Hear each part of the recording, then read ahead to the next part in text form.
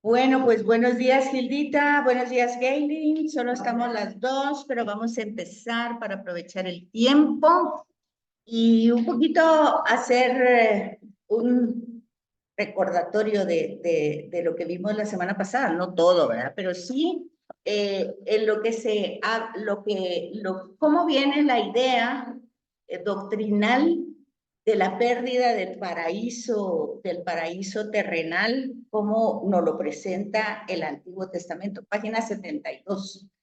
¿Cómo nos lo presenta el Antiguo Testamento? Entonces, lo que vimos hace 8 días es de que, como se recuerdan ustedes que Génesis 2 y Génesis 3 es una narración, ¿verdad? Entonces es muy descriptiva. Y entonces, primero nos da la idea de que el paraíso es abundancia. O sea, cuando habla del paraíso del Edén, habla de abundancia, de árboles frutales, pues todo lo que había ahí, ¿verdad? Luego también nos da una ubicación, pareciera un lugar geográfico, ¿verdad? Lejano, pero que está habitado, porque aparte de que está el ser humano, pues hay mucha vida animal. Y también, pues en el lugar geográfico lo presenta más o menos al oriente, dice, ¿verdad? Dice, sí, es un lugar geográfico. Bueno, todo eso nosotros lo vemos fácilmente al tener la lectura, pero no es ahí donde nos tenemos que quedar, decía la sesión de hace 8 días, ¿verdad? El agiógrafo dice, o sea, el agiógrafo es la persona que escribió, no pretende darnos una descripción histórica, o sea, toda esa descripción es una ambientación, ¿verdad? Pero no ese es el mensaje. No, ahí no nos tenemos que quedar, ¿verdad? No es una descripción histórica del ambiente en que vivía el hombre, sino dice, utiliza el tema del paraíso, perdón, para concretar sus enseñanzas sobre el origen del dolor, de la muerte, como consecuencia del pecado. Y entonces aquí es donde nosotros vamos a ir avanzando y quedándonos con esa idea súper clara que no tenemos que quedar con el género literario, ¿verdad? Ya lo hemos dicho tantas veces, sino entrar al mensaje. Entonces dice, como punto número 1 y como idea importante, es que con lo que nosotros debemos entender en el mensaje teológico es que el pecado tiene consecuencias concretas. Entonces, hay un antes y un después, una realidad, ¿verdad? Hola, Mati, buenos días. Entonces, esa es la Buenos primera idea que días, soy usted... Sandra. Buenos días, Sandrita, ¿cómo estás? Bien, Adelante, ahorita está gracias. entrando Mati también. Bueno, Ah, ese es el primer punto que tenemos que tener muy claro. Luego teníamos, que ya habíamos visto hace 8 días, la felicidad escatológica, o sea, el paraíso escatológico. Y entonces también estos se describen con un sentido paradisiaco, o sea, hace ver que, decíamos hace 8 días que la escatología es el estudio después de la muerte. Entonces, cuando nos dan esa como descripción de lo que va a pasar después de la muerte, también lo hacen en ese sentido, en términos paradisiacos, ¿verdad?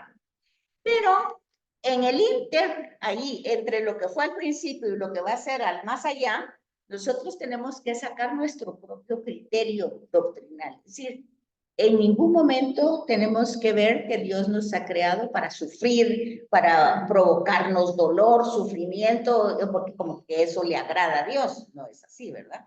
Dios nos creó entonces para ser felices, ¿verdad? Si eso está al inicio de la creación y eso está en la eternidad, no quiere decir que aquí, aunque aquí ustedes podrían decirme, bueno, pero y entonces la salve que dice que estamos en un valle de lágrimas, ¿verdad? Bueno, todo eso ustedes lo tienen que ir matizando, porque como todo, la teología ha ido evolucionando y han habido momentos de la historia que se le ha dado una fuerza a determinado concepto, pero no se queda ahí, ¿verdad? Sino que luego va como posiblemente tal vez no corrigiéndolo, porque tal vez no es una incorrección, pero por ejemplo Vaticano II pues aclara muchas cosas que se traían desde el medioevo, ¿verdad? Y que las va matizando y las va centrando en Cristo, más o menos. No sé si me doy a entender. Bueno, la cosa es de que entre lo que fue al principio y lo que va a ser en la eternidad, nosotros tenemos que darnos cuenta que Dios nos crea para ser felices. Y tenemos que darnos cuenta de que el pecado tiene consecuencias, el personal y el social. Ok, el personal se vuelve social, ¿verdad? Porque el personal no es solo algo que me va a afectar a mí, sino que tiene sus efectos. Entonces, dice aquí, nosotros podemos ver esas descripciones paradisíacas en Oseas y en alguno de los profetas, ¿verdad? Entonces, la situación del hombre cuando Dios lo crea es favorable para alcanzar las bienaventuranzas, la bienaventuranza eterna, que es la visión beatífica que habíamos visto que eso lo perdimos absolutamente con el pecado, ¿verdad? Entonces, luego en el segundo párrafo que ya habíamos visto también, dice que del paraíso pasaría al cielo sin conocer la muerte, o sea, la muerte como don especial de Dios y no propio de la naturaleza biológica o terrena, ¿verdad? Entonces, aquí nosotros es otra cosa que tenemos que ir comprendiendo, ¿verdad? No se trata de que la muerte física, biológica, haya sido suspendida siempre, ¿verdad? Pero de alguna manera el pecado ha tenido todas esas consecuencias. No sé si ustedes captan esa idea del principio y al final de lo que dice el segundo párrafo. Del paraíso pasaría al cielo sin conocer la muerte por un don especial de Dios. Que hablábamos hace 8 días que eso es lo que ha pasado con María, ¿verdad? Cuando tenemos ese dogma de la Asunción, es esto. Un don especial de Dios. Buenos días, Piedad. Buenos días, Ana Carmen.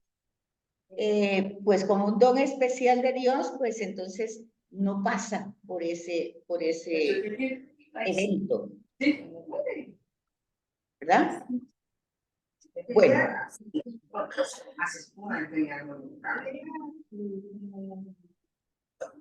Conocer la muerte sería como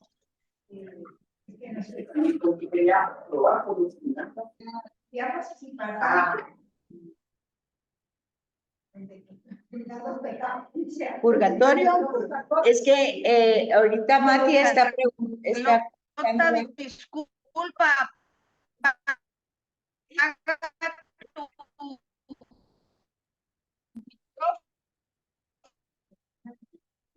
No. Sí, tenemos toda esa como misterio, ¿verdad? Pero lo que nos tiene que quedar claro es de que en un principio, desde siempre, ¿verdad? La creación del hombre es por amor y para ser feliz.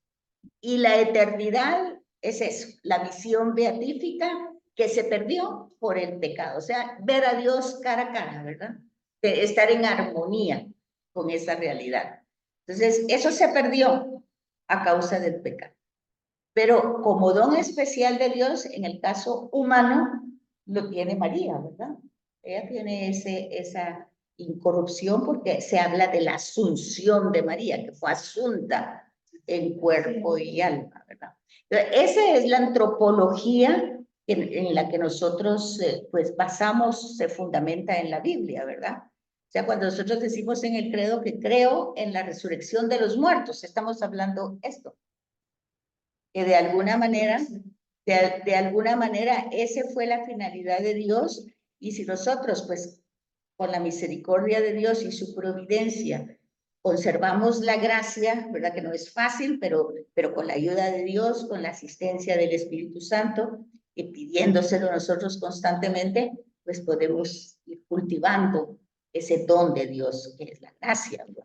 Ahí es donde vamos ya en el otro inciso, pero nos tiene que quedar claro estas imágenes que hablábamos hace 8 días que tenemos que darnos cuenta que cuando leemos un versículo, ese versículo más adelante puede variar, ¿verdad? Pero nosotros tenemos que ir entendiendo el contexto para ir captando la verdad teológica. No es que la verdad cambie, va a cambiar la forma como se expresa. La verdad va a ser la misma.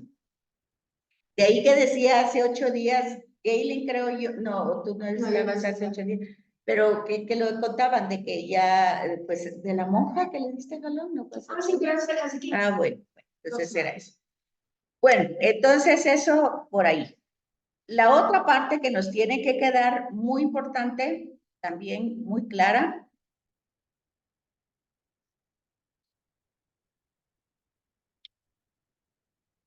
Bueno, esto habíamos dicho que no lo presentaba el texto, pero que ya lo habíamos visto que el origen en el Nuevo Testamento, el estado original de nuestro ser en el Antiguo Testamento es pues afirmar que el pecado fue el causante de la muerte. Acuérdense que cuando habla de la muerte no está hablando directamente de la muerte biológica, ¿no? Sino que está hablando de que realmente la vida es Dios. Y cuando nosotros perdemos esa relación, perdemos la fuente de vida, ¿verdad? Porque Él es la fuente de la vida, lo vemos en Génesis. Entonces, si perdemos esa relación, esa armonía con Él, pues perdemos la vida, perdemos la fuente de vida. Y entonces decíamos que cuando nosotros pecamos, el proceso normal que nosotros tenemos es que nos alejamos nosotros, ¿verdad?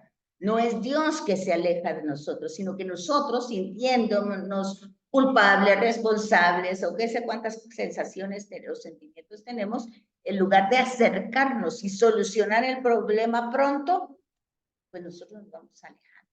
Entonces, esa es la afirmación que hace Pablo en Romanos 5:12. Afirma que el pecado fue el causante de la muerte y que nos hace entender que al inicio no fue así todo, ¿verdad? La inmortalidad era un don del que gozaba el hombre. ¿Por qué yo les hago tanto énfasis en esto? Y alguien me puede decir, pues que aquí no está hablando realmente de una, pues uno no entiende aquí directamente que sea biológicamente hablando, está hablando de inmortalidad, inmorto, o sea, no se muere, muere físicamente. ¿Por qué estoy haciendo tanto énfasis en eso, si lo captan o no lo captan? Yo creo que es como para ver la diferencia cuando el ser humano muere, pero nuestra alma jamás. Yo entiendo así, no sé si me equivoco. Y es la que va a responder ante el... Creo yo, no sé. Bueno, dice Mati que ella lo entiende como que la que muere es el cuerpo y lo que no muere es el alma, pero es que realmente aquí está diciendo que la inmortalidad era un don del que gozaba el hombre, no está hablando del alma, está hablando de la humanidad íntegra. ¿Sí captan?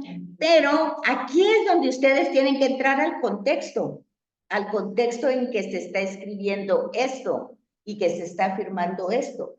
Porque dijimos, cuando empezamos el curso, dijimos que antes de en todos los primeros capítulos, del 1 al 11, es la historia universal. Y entonces, ¿la historia universal de quién? De cómo la reflexiona Israel, que está empezando en su historia. La historia de Israel está comenzando, empieza la historia de salvación con Abraham, ¿se acuerdan? Pero Abraham sale de Ur de Caldea y Ur de Caldea ya estaba habitado, pues Abraham, el padre de Abraham, ¿verdad? Sale de ahí. Entonces, y entonces nosotros tenemos que entender la reflexión de Israel como pueblo elegido, cómo se va él entendiendo su propia historia, cómo va entendiendo él su propia realidad y la propia constitución como pueblo. Pero en el contexto Ya hay otros países. ¿Sí captan eso? No. ¿Sí? Cuando Jacob con su familia va a Egipto, ya existía Egipto. Ya ellos apenas están en un periodo tribal y Egipto ya tiene faraones, ya está organizada como imperio. Cuando el papá de Abraham sale de Ur de Caldea ya está habitada en Mesopotamia. La que está iniciando su historia es Israel. Y la está iniciando con fases diferentes, ¿verdad? Pero eso no implica que Israel, como Israel, ya en periodo del rey David, vea retrospectivamente todas las tradiciones orales, incluso las que ha recogido del entorno y las reflexiones desde el monoteísmo. Y se da cuenta que eso es lo que nosotros hacemos también, eso lo hacemos nosotros en la práctica. Digamos, nosotros conforme vamos teniendo conciencia y madurando en nuestra fe y dándonos cuenta, sobre todo cuando hablamos del resucitado, que no es un concepto, que no es una idea, sino que realmente es la presencia que nos acompaña, pero a cada momento, todo momento, a cada instante. Entonces, uno va entendiendo la historia de una manera diversa. Eso lo hace uno y lo va viendo retrospectivamente y se va dando cuenta que incluso en momentos en que uno ni cuenta se dio, esa presencia fue salvadora, aunque yo ni me haya dado cuenta de que me salvó. Pero después con los años, de repente sale una narración, algo que se está contando, y uno dice, de veras, yo no me fijé de eso. Y saben que yo estaba pensando en eso hace poquito, y precisamente por esa reflexión que uno hace, y yo pensé, eso que dice Ezequiel, que habla y también Isaías, de que el niño puede entrar pues en el nido de culebras y estar entre los animales salvajes. Y sabe que a veces uno ha estado en esas realidades, metafóricamente hablando, ¿verdad? Porque no está en la selva. Metafóricamente hablando, uno está en esas realidades y nunca se dio cuenta. Y salió ileso sin haberse dado cuenta ni dónde estuvo ni qué pasó. Y lo ve después cuando está huyendo a otras personas y dices, pues, solo Dios me pudo haberme sacado ileso de esa realidad y ni cuenta me di. Entonces, esa realidad la vive Israel y la reflexiona. Y pues como Verónica dice que hay que hacer énfasis en el tema bíblico, de ir captando el enriquecimiento que da sobre el tema concreto que estamos hablando. Cuando hablábamos de la Trinidad, había citas bíblicas que se centraban en la Trinidad. Y hoy tenemos que comprender las citas bíblicas que se centran en el ser humano, porque estamos estudiando antropología. Entonces, estas citas bíblicas que nos dan esa visión de respetar la vida, ya sea en el aborto, ya sea en la eutanasia, ya sea en la pena de muerte, si se dan cuenta, no es porque son cerrazones de la iglesia, que la iglesia no se abre a los nuevos movimientos o a las nuevas ideologías. No, es que el fundamento es que la fuente de la vida es Dios, Él la da y no es que la quite, porque la verdad es que no nos la regala, nos la presta. Entonces nosotros tendríamos que devolverla sin que nos la quite. Sí, mira, ya la usé y aquí te la devuelvo. Entonces, son cosas que nosotros tenemos que ir teniendo muy claro porque a veces se vuelven discusiones que no tienen fruto. Porque quien no cree, pues yo sí, que si el aborto, que si alguien violaron, que si no sé, hay muchos casos. Eso se llama casuística, ¿verdad? Pero el tema aquí no es casuística, es Dios. Dios hizo una cosa y en ese Dios yo creo, ese es el Dios de Jesús y por lo tanto esa es la verdad teológica en relación al hombre. O sea, el hombre tiene una dignidad porque Dios se la dio, no es que yo se la dé, si este es digno, este no es digno, no. Dios le dio una dignidad a todo ser humano. Que cada quien la echa a perder, ese es el problema de cada ser humano. Pero aún en todo sentido, sigue siendo hijo de Dios porque Dios le ha dado ese privilegio. Por Jesús, ¿verdad? Por méritos de Jesús, luego. Entonces, eso es así, no porque yo lo acepte, no lo acepte, lo crea, no lo crea. Esa es la verdad teológica y esa es la antropología bíblica, ¿verdad? Igual, la creación de todo el universo lo hizo Dios, el universo no me pertenece. Yo vivo en un lugar, pues ahí estoy por un momento, pero luego voy de paso y me tengo que regresar. Entonces, nada me pertenece, nada es para mí, ni nada es mío, sino que todo le pertenece a Dios. El reconocimiento de eso es un reconocimiento de sabiduría, pero es un don de Dios, ¿verdad? Ya vemos el don de la sabiduría, porque eso es lo que realmente pasa. Entonces, a Dios, por eso los ejercicios espirituales de San Ignacio dice que yo no pida ni estar bien de salud ni mal de salud, o sea, lo que Dios quiera va a estar bien. Y donde yo esté, él me va a ayudar porque Él es mi creador. Entonces, yo no tengo que estar en esas situaciones.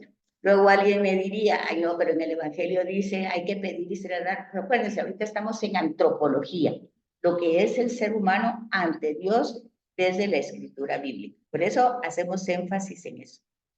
Luego, presenta que esa paz interior, en otros pasajes se hace referencia a la paz interior previa a la enemistad de lo que hay entre el hombre y Dios, ¿verdad? Porque no es Dios y el hombre.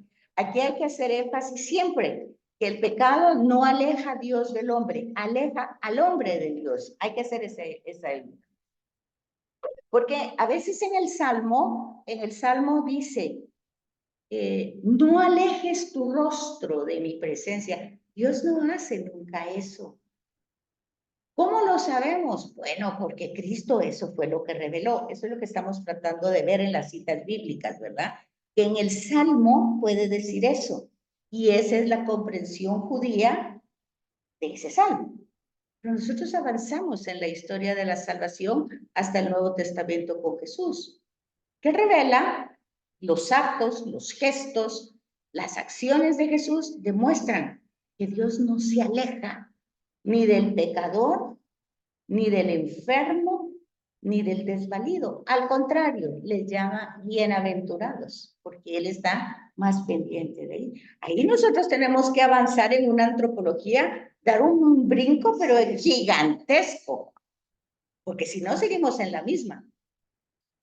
Entonces nosotros tenemos que ir dándonos cuenta de los contextos para ir comprendiendo el fundamento bíblico, que no es que en una parte esté equivocado y en otra no. Se trata de una revelación, o sea, de un proceso de quitar velos.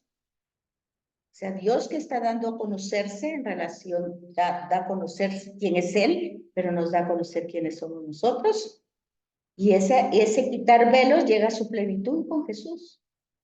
Y ahí, pero hasta Jesús, en el antiguo. Ya cuestionan, no cuestionan, pero que hasta él se siente por el pecado. Abandonado, pero por el pecado de la humanidad que él ha asumido. Exacto. Entonces, Gailey está diciendo, hasta Jesús en la cruz dice, pues, ¿por qué me has abandonado? Dice Gailey, ¿verdad? Entonces dice, pero ese es, aparte de que es un salmo judío, es la fuerza del pecado que Jesús ha absorbido como una esponja y que obviamente, porque eso dice Pablo dice, se volvió pecado. El que no era pecado, se volvió pecado a causa nuestra. Entonces nosotros debemos de ir viendo todo ese desarrollo para ir encontrando ese sabor tan rico que tiene el texto, tan bonito, ¿o no?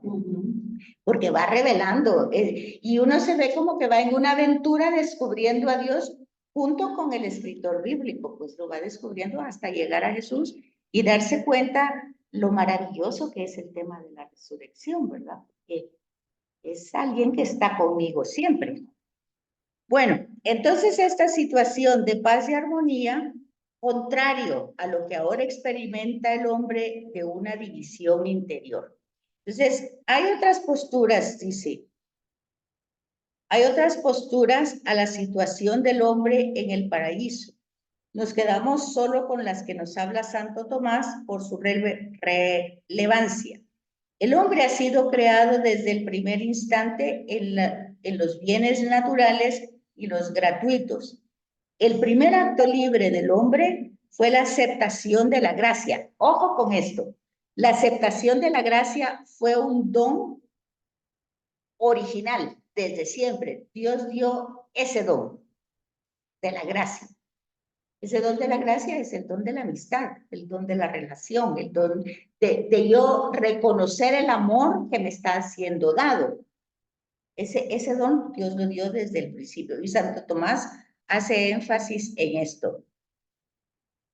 Aquí tenemos varios, espérenme un momentito. Aquí está Santo Tomás, pero primero está San Irineo. Disculpa, ¿cuándo es exactamente que el hombre se da cuenta de la gracia de Dios?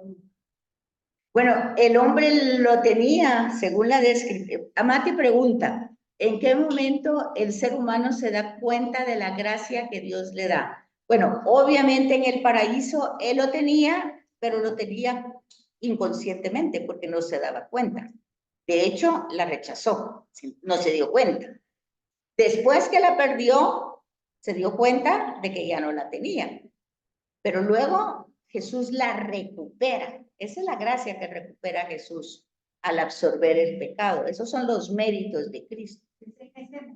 No, pero en ese momento Él la recupera. Ahora, cuando nosotros nos damos cuenta, ese es un trabajo que nosotros tenemos que ir haciendo en nuestra vida. Ese es un trabajo que nosotros tenemos que ir haciendo en la vida de cada uno. Porque no es mágico. Esa gracia ya está, ya se dio y nos pasan hasta el final de la historia o al principio de la historia retrospectivamente para que nosotros nos demos cuenta de la acción amorosa de Dios y la necedad nuestra de la pérdida. Ese es el tema de los profetas, este es todo el tema de la historia de la salvación. Es una resistencia a la gracia. Nos resistimos. No querés creer. No creemos más en nuestra autosuficiencia, en nuestras capacidades, en nuestras posibilidades, en nuestros proyectos. Tenemos más confianza en eso que en la realidad de Dios. Entonces, pero eso es, humanamente ha pasado así en toda la historia de la salvación. Pero en el tema de Jesús, pues también lo vemos con claridad. Jesús hace muchas cosas, dice muchas cosas, se comporta de muchas maneras, pero eso mismo, que lo ve todo el mundo, unos lo creen, otros lo dudan y otros absolutamente no le creen nada. Entonces, eso es, así es en la humanidad. Así pasa, hay distintos escenarios. No todo el mundo hasta el día de hoy acepta a Jesús como nosotros lo proclamamos, como Señor y Dios, como lo proclama Pablo. Al nombre de Jesús toda rodilla se doble. No todo el mundo proclama eso, ¿verdad? Pero nosotros lo que sí tenemos que saber o entender es por qué nosotros lo proclamamos así. Porque este curso lo que trata es pasar de ideas a algo concreto en la humanidad, a concretizar nuestra realidad humana y la de los otros, a comprender nuestra realidad humana y la de los otros. Entonces aquí San Irineo nos va a hablar de que el paraíso en el que estuvo Adán, dice él, se encuentra en el tercer cielo. Yo recuerdo que Sandrita hace, o no sé si ella fue otra persona, que hablaba de eso, de cuál era el tercer cielo. Pues en el Antiguo Testamento tenemos que Elías no muere. En el Antiguo Testamento hay varias personas que no se mueren. O sea, pues que no hay un lugar ahí para ellos, ¿verdad? Un entierro, un sepulcro, no hay. Entonces, Moisés no lo tiene, Elías no lo tiene. Y entonces, en el caso de Elías, pues él fue raptado, ¿verdad? Dice, esa es la creencia de otros movimientos que hablan del rapto, ¿verdad?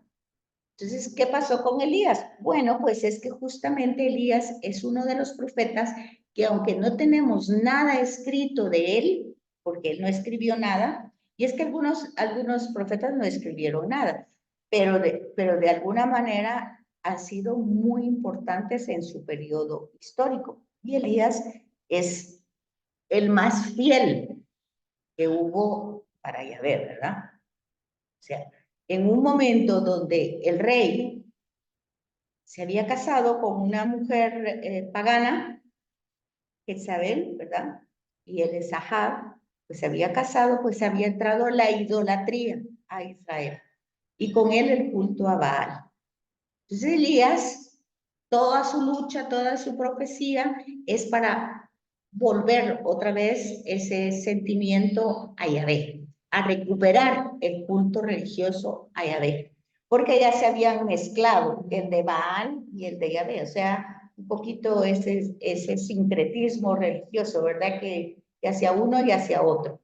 Entonces, él trata de purificar ese culto. Y lo hace tanto, pues, que Jezabel lo quiere matar. Y es cuando él sale huyendo al Monte Carmelo, ¿verdad? Y ahí busca el rostro de Dios. ¿Se recuerdan de ese pasaje? Que busca el rostro de Dios y no lo encuentra. Pasa un terremoto y ahí no estaba Dios. Pasa un viento fuerte y no estaba Dios. ¿Sí se recuerdan de ese pasaje? Bueno, y después una brisa suave y ahí se encuentra. O sea, ese pasaje nos habla de la búsqueda del ser humano, que no porque nosotros hagamos cosas buenas, pensemos que hacemos, ya pensamos que ya tenemos a Dios tranquilo, contento. No es ese el sentido, ¿verdad? Nosotros vamos a encontrar a Dios siempre que lo busquemos en todas las circunstancias, en todas las circunstancias de la vida, pero lo vamos a encontrar como algo que consuela, no algo que provoca más sufrimiento. Ustedes dirán en un momento, bueno, pues eso no pasó con Jesús, pues él pasó totalmente en su pasión y su muerte, pues parece abandonado de Dios en un silencio profundo. Pero es allí donde nosotros debemos darnos cuenta de lo que significa la resurrección. Porque ahí no nos podemos quedar en el silencio de Dios, en la pasión, en el silencio de Dios, en su muerte. O sea, son etapas. Pero la resurrección llegó como eso, como un gran bálsamo y armonioso que lo sacó de donde nadie más lo podía sacar, solo Dios. ¿Quién iba a sacarlo del sepulcro nuevamente para tener esa realidad nuevamente con él? Ahí es donde nosotros no podemos estacionarnos en una sola etapa en la antropología, sino darnos cuenta que toda la acción de Dios es dinámica y va actuando constante. No porque aquí dice eso y aquí pasó, y aquí le pasó a Jesús, a pesar de que pasó haciendo el bien, lo mataron. Y no, pues no se quedó ahí la historia continuó. Y el resucitado en Hechos de los Apóstoles continúa. El problema que tenemos es que después miramos que Pedro hace milagros. No, Pedro no hace milagros. Es el resucitado actuando en Pedro. Es el resucitado actuando en Felipe. Es el resucitado actuando en Pablo. En quien le permite que actúe, Dios actúa. Eso es lo que vemos en el texto. Dios actúa en el que le permite que actúe. Ahora, si yo me cierro y no puedo, pues no. Esa es la antropología que subyace de estos temas. Entonces, este hombre, Elías, pues la forma descriptiva que hace que su vida fue correcta y que todos sus esfuerzos fueron correctos, es que no sufrió la corrupción. Se lo llevó un carro de fuego. Acuérdense, aquí tienen que entrar con una tradición que es la eloísta. ¿Recuerdan la eloísta? La eloísta se utilizaba antropomorfismos. La eloísta utiliza elementos de la naturaleza para hablar de Dios. ¿Sí? Entonces, el fuego es un elemento, o sea, es como un rapto, pues pero fue Dios que se lo llevó, pues. Pero no tuvo la muerte. Fíjense que aquí ya hay un concepto vago, ya hay un concepto vago, pero ya está de lo que es la resurrección. Si ustedes captan un poquito el hilo, ya hay una insinuación. Claro que fue un elemento, fue el fuego y está describiéndose como un carro de fuego, pero ese es el género literario y la tradición eloísta, ¿sí? ¿Captan? ¿Captan por allá, por la atrás de la pantalla? ¿Captan o no captan? Muy bien. Gracias, Betsaida. Bueno, pues es que tenemos que ir rescatando esa antropología e ir viendo que esa conexión no es que ahora nosotros creamos en el rapto. No, no ese es el mensaje. El mensaje es que este hombre fue agradable a los ojos de Dios, fue fiel a su relación con Dios, y Dios pues lo llevó. Y la descripción literaria es el carro de fuego. ¿Sí? En cuerpo y alma, dice la Mati, en cuerpo y alma, porque ahí no, es más, se da un diálogo, antes de eso se da un diálogo, porque Elías le pide su espíritu. O sea, fíjense que es exactamente casi lo mismo de Jesús. Jesús va diciendo que va a morir, que va a morir. Pues Elías va hablando con Eliseo y le va hablando pues de que él ya tiene que partir. Si ustedes ven, es casi la misma escena. Pero para ahí nosotros tenemos que poner mucha atención de lo que es la Sagrada Escritura cuando transmite su mensaje, ¿verdad? Entonces, vemos que es casi el mismo relato. Y entonces Eliseo, pide que le dé su espíritu. Antes de partir, porque está hablando ese Elías, está diciendo que se va a ir. Entonces Eliseo le dice, antes de que te vayas, yo quiero que me heredes tu espíritu. Y claro, él dice, eso no puedo hacerlo yo. Eso solo lo puede hacer, pues, el que me lo dio, ¿verdad? No es mío. Entonces, pero si miras, cuando yo me vaya, si te das cuenta, entonces lo tendrás. Y entonces fíjense que aquí es donde ustedes tienen que ver toda la simbología del texto. Pasa el carro de fuego, Eliseo logra ver ese instante y solo baja la capa de Elías. Entonces es una manera de la unción de Eliseo, donde él salió como Eliseo y regresa como Elías. Ya no es Eliseo, es el espíritu de Elías que va caminando en Eliseo, y entonces Eliseo empieza a hacer las obras de Elías. Pero eso nosotros vamos viendo entonces, y ya vamos captando con Hechos de los Apóstoles, que las obras de cada persona son las obras de las personas, son las obras del resucitado actuando en las personas. Pues eso está desde el Antiguo Testamento. Okay. Bueno, entonces también aquí Pablo también es arrebatado también, ¿verdad? En 2 Corintios, a ese tercer cielo que ellos hablan. Claro, esta es una manera, vuelvo a decirles, es una manera de hablar, es de lo que tanto estudiamos en Sagrada Escritura, géneros literarios. Es el ropaje del mensaje. Entonces, obviamente Pablo ha tenido un encuentro con el resucitado. Entonces, Pablo, cuando nosotros alabamos tanto a Pablo que por la doctrina, que porque las cartas, que estaba preso, que tanto sufrimiento, sí, pero Pablo no estaba solo. Pablo está totalmente convencido de el resucitado, del que está con él, del que lo va a sacar adelante, no porque él esté cuidando por su vida, porque no se trata de que está cuidando por su vida, porque ustedes pueden captar esto en los textos.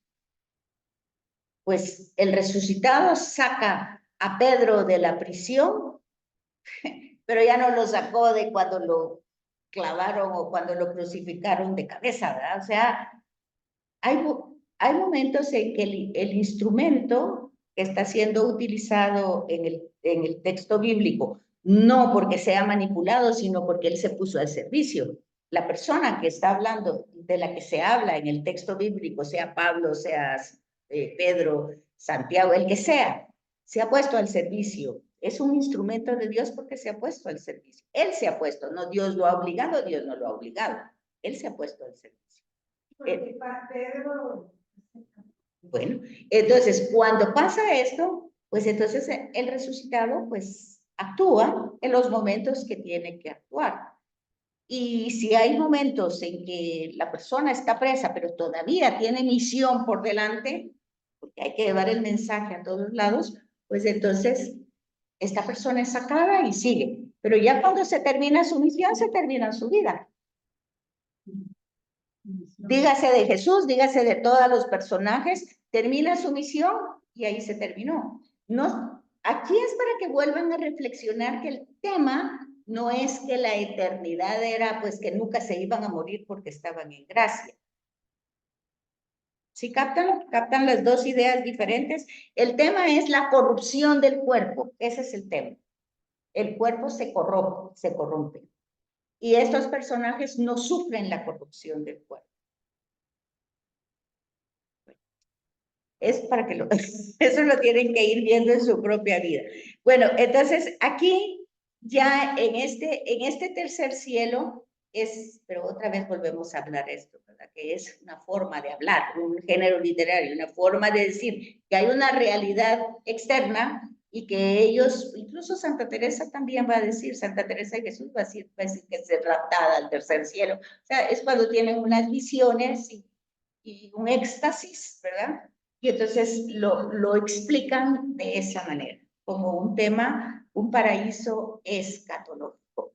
Entonces, desde esa perspectiva, nosotros podríamos decir que, porque eso creo que alguien lo preguntó hace 8 días, si esa visión beatífica se recupera o no aquí en la tierra.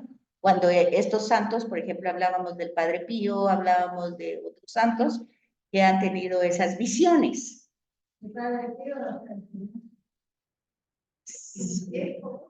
Bueno, pero fíjense que es interesante porque hay otros temas, otras conferencias de las universidades hablando de antropología bíblica, y entonces dice un conferencista, dice, bueno, cuando una persona, solo se los comento como para que ustedes lo reflexionen, cuando una persona comenta, un santo, ¿verdad?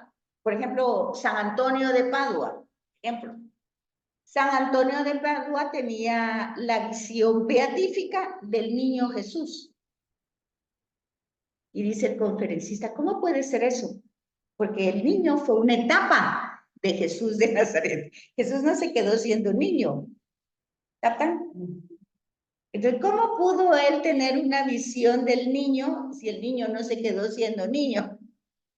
Pero eso ya son temas filosóficos, ¿verdad? Son temas de reflexionar cuando las personas dicen, por ejemplo, también tienen una visión del crucificado. Bueno, digamos, Santa Teresa de Jesús es eso, ¿verdad? Pero es que el resucitado no se quedó resucitado, no se quedó crucificado, ¿verdad? Sino que el crucificado es el resucitado y el resucitado es el crucificado. Pero no se quedó en la cruz, pasó.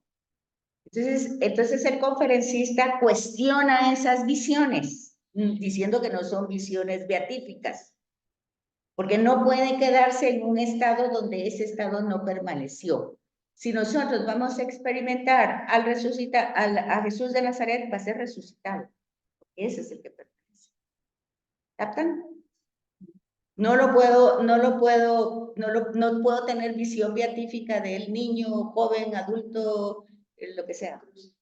Además dice el conferencista, esas visiones casi son de las imágenes que ya tenemos, o sea, de las pinturas. Bueno, es interesante, pero al final de cuentas, lo que intenta decir siempre todo esto es que el resucitado sí está presente, nos acompaña, va con nosotros, y de veras, ser consciente de eso es un verdadero don. Porque yo creo que no puede salir de nuestras propias capacidades. Es porque va más allá de nuestra propia humanidad. Ese Santo Tomás siempre va a hacer énfasis en eso, que el hombre ha sido creado, desde el primer instante en los bienes naturales y los gratuitos. El primer acto libre del hombre fue la aceptación de la gracia. la unidad del ser del hombre le proporciona la gracia. O sea, cuando el hombre está integrado en su interior y su exterior, ese es un don de la gracia, dice. Cuando se pierde, o sea, el pecado hace eso. Hay una ruptura en primer lugar del hombre con el hombre. Rompe su interior con su exterior. Rompe la parte interna con la parte externa. Esa es consecuencia del pecado. Esa ruptura que hay, eso lo hablábamos creo hace 8 días, cuando hablábamos de que cuando se dice individuo, es que no tiene divisiones, pero cuando pensamos una cosa, sentimos otra cosa y decimos otra cosa, claramente ya hay una división en nosotros mismos. Entonces dice, el primer acto libre del hombre fue aceptar la gracia, o sea, la amistad con Dios, la relación con Dios, la aceptó muy bien. Cuando rompió esa relación, pues ahí se perdió esa unidad, primero en él mismo y luego en relación con el mundo, con los demás. Eso está bien claro de Santo Tomás, ¿no? ¿Sí? Entonces, luego, aquí entran ya la doctrina. Y todo lo anterior era para captar perfectamente la doctrina. Un momentito, que me perdí aquí en las páginas.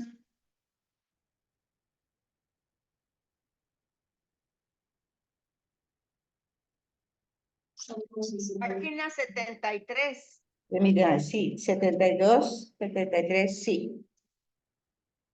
Ok, entonces, el don de la gracia es el punto central de la oferta. Aquí es donde nosotros nos tenemos que enfocar.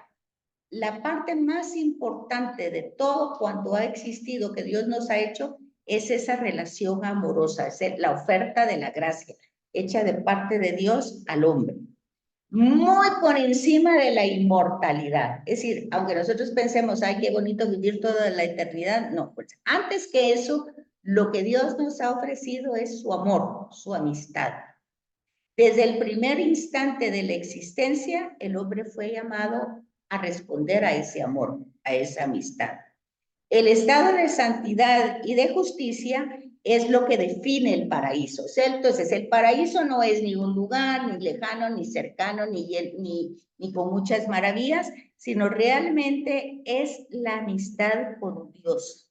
Dice, esa amistad con Dios da la justicia y la santidad. O sea, esa relación, estar relacionado íntimamente con Dios, da como consecuencia la justicia. Y es que lo más importante en toda la Sagrada Escritura no es un tema moral, es un tema de justicia. De justicia. Porque a veces nos enfocamos en los actos morales. No es que esos estén permitidos, ¿verdad? Pero el tema central de la gracia es el tema de la justicia. Y yo no sé si ustedes se recuerdan, pero cuando se habla de José, el esposo de María, dice, como era hombre justo, no dice que era hombre bueno, ¿verdad? Como era hombre justo. Y si nosotros entendemos el texto, en ese versículo, entendemos qué es la justicia. Porque por derecho le tocaba a José, pues, llevar a María al templo y denunciarla que estaba embarazada y que no era su hijo. Por derecho. Él correspondía a eso porque la ley eso le permitía que hiciera. Pero el hombre justo, bíblicamente, es el que va más allá de la ley. Eso lo dice Jesús de otra manera en las escrituras. Actúa siempre correcto. En justicia, pero como la justicia aún humanamente hablando, pues puede ser miope, ¿verdad? La justicia puede ser miope porque yo puedo ver solo hasta donde me llega la vista. En cambio, la justicia de Dios va más allá de eso. Entonces, por eso Jesús va a decir que su justicia no sea como la de los escribas y los fariseos, que ve lo malo y lo condenan y ve lo bueno y digamos que lo aplauden, que sea más mayor. Y aquí tenemos un ejemplo en el Nuevo Testamento. Bueno, entonces ese estado es un estado original desde el principio. Y este ofrecimiento fue rechazado por el hombre. Y ese es el pecado. El pecado, entonces acuérdense, no es que se comió una manzana, no es que desobedeció. O sea, todo eso puede entrar.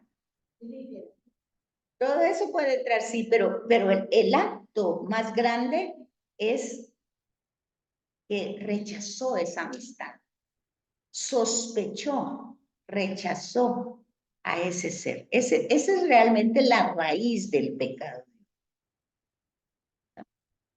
Entonces, esto nos deja entrever que el hombre no se encontraba en total plenitud, pues tenía latente la posibilidad de pecar. O sea, Dios no lo dio plenamente, ¿verdad? Sino que le dio, pues, la libertad, el libre albedrío. Toda la historia del hombre es el camino hacia esa amistad plena de Dios, que arranca desde la primera llamada. Esa plenitud que es la gracia que Cristo nos vino a traer, ya que todo fue creado por Él, en Él y con Él. No se trata de volver al comienzo, donde el pecado siempre estuvo latente, pues Cristo ya venció. Ok, esto solo lo hacemos como recordatorio de cómo fue al principio, pero nosotros no tenemos que ir hasta el principio otra vez. Nosotros tenemos que partir de Cristo. Cristo ya venció eso. Cristo ya solucionó ese problema. Cristo ya abrió el camino. Cristo ya está con nosotros. Nosotros tenemos que partir de otro estadio. Pero parece que no lo hacemos, ¿verdad? Entonces dice, ya venció definitivamente el pecado. Y quien se adhiere a Cristo, vence definitivamente el pecado. Bueno, aquí ustedes podrían decir, bueno, ¿y cómo es eso?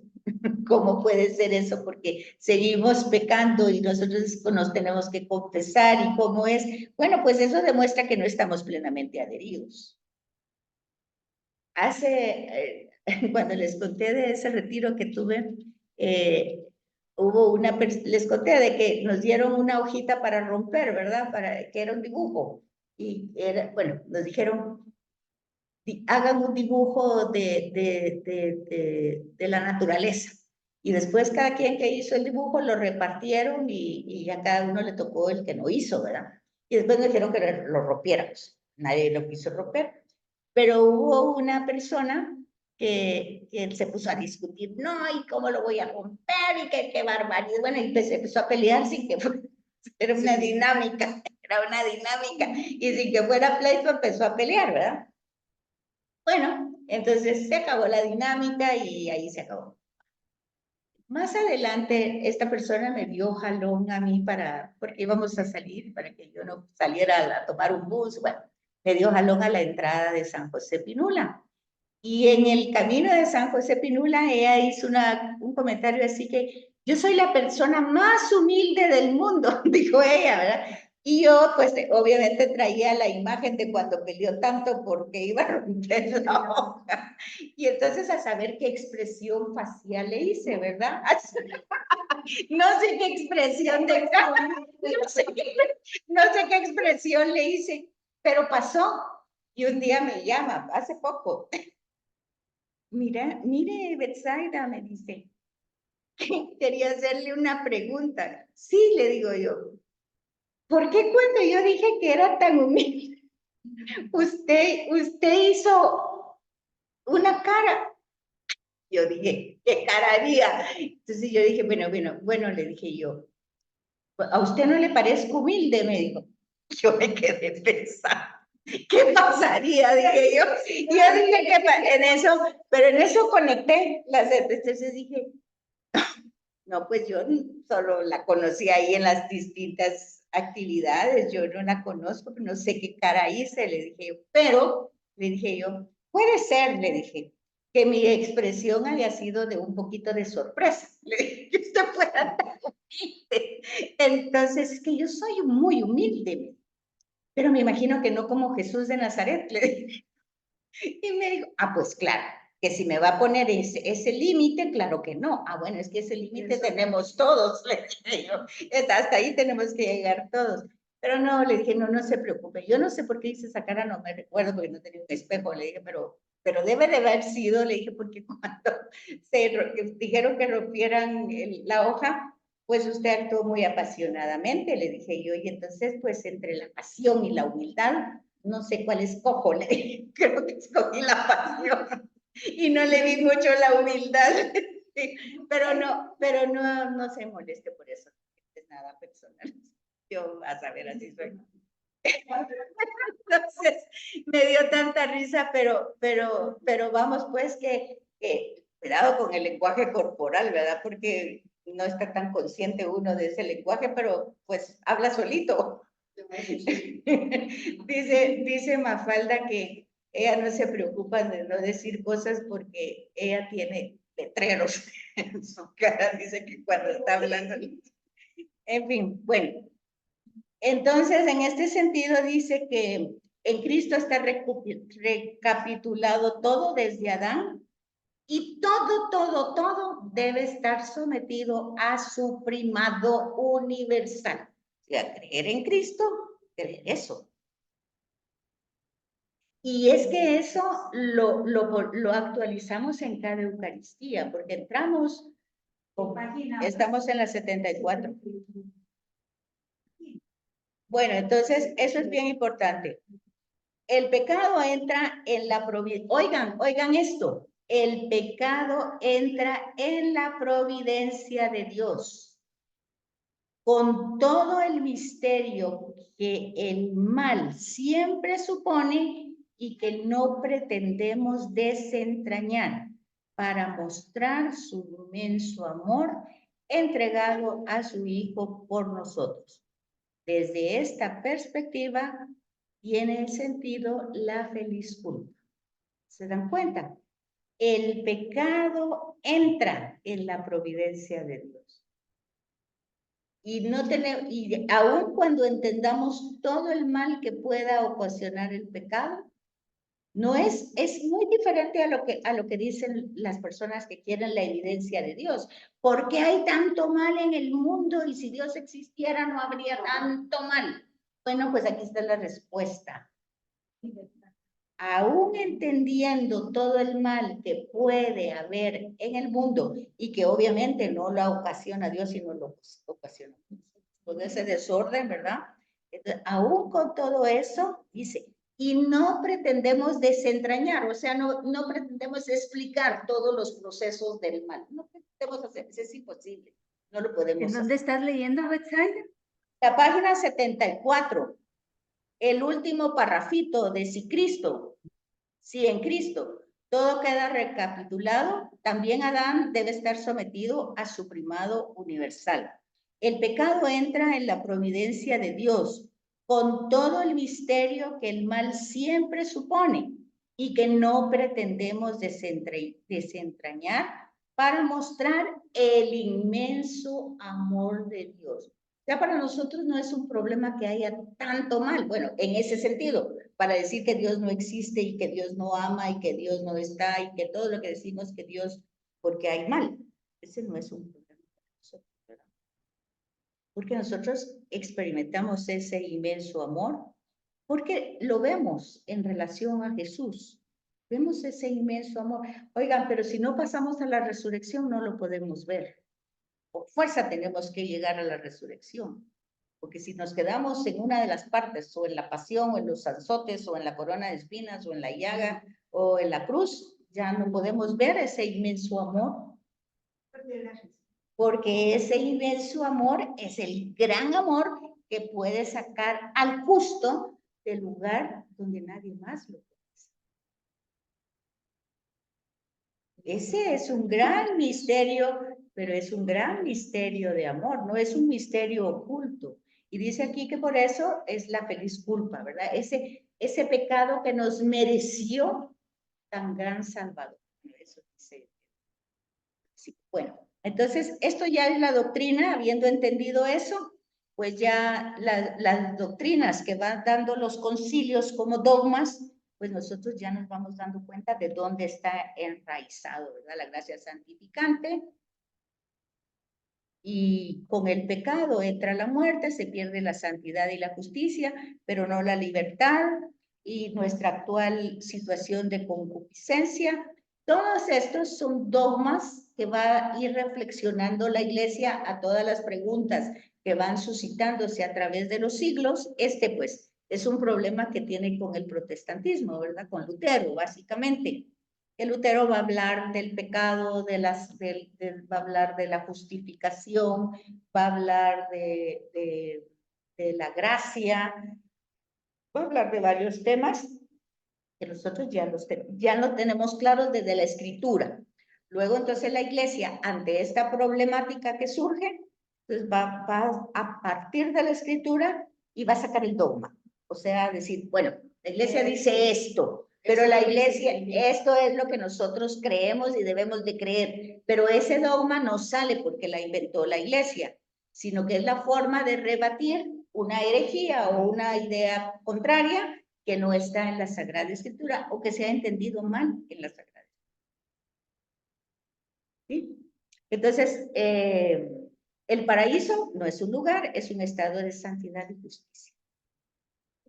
¿Sí?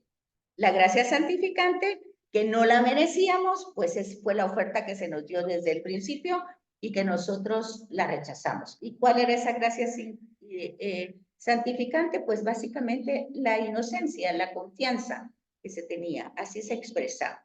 Y con el pecado, pues se pierde esa santidad y esa justicia que era nuestro estado primario. Pero luego no se pierde la libertad y entonces al tener la libertad, pues siempre vamos a tener ese sentido de concupiscencia. El don de la gracia, de la amistad,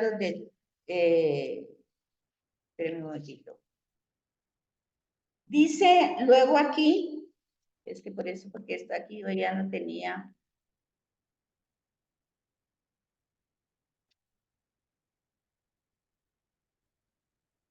La concupiscencia es la manifestación de la fuerza del pecado que domina al hombre y ejerce su poder sobre él. Le impulsa a pecar y le disminuye la capacidad de obrar el bien. Entonces, la concupiscencia es como un gen que tenemos ahí, ¿verdad? Que nos impulsa, nos inclina y nos quita fuerza. Aunque se tenga la fuerza del espíritu para vencer el pecado, esta inclinación no ha desaparecido ni ha sido definitivamente superada. Está presente durante toda la vida del hombre. La concupiscencia proviene del pecado y lo inclina a él, aunque no es propiamente pecado. Si bien se ha tendido a identificar la concupiscencia con las tendencias inferiores, no es así en su sentido teológico, pues desde este punto de vista es considerada como la tendencia del hombre al pecado o el desorden del hombre como consecuencia del poder del mal. Eso no quiere decir que la concupiscencia no tenga manifestaciones en esta dimensión del ser del hombre. Entonces, es como cuando nosotros tenemos un gen que lo podemos activar o no, ¿sí? Yo le explicaba eso a mis hijos, por ejemplo, puede ser que a todos ustedes tengan el gen de alcohólicos, decía yo, porque mi papá lo fue, mi abuelo lo fue, bueno, el alcoholismo estaba muy metido en su sangre, ¿verdad?